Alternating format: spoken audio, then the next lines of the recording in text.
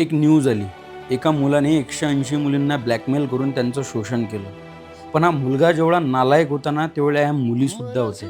हो, कारण यांना होत करू, स्वतःच्या पायावर उभा राहणारा, घर सांभाळणारा मुलगा नकोय. यांना फ्लॅश मारणारी छपरी आवडतात.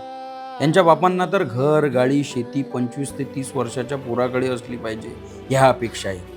30 वर्षाच्या वयात यांनी सगळं मिळवलं होतं का? असे कितीतरी मुलं आहेत ज्यांनी स्वतःचं अस्तित्व स्वतःच्या पायावर उभं केलं.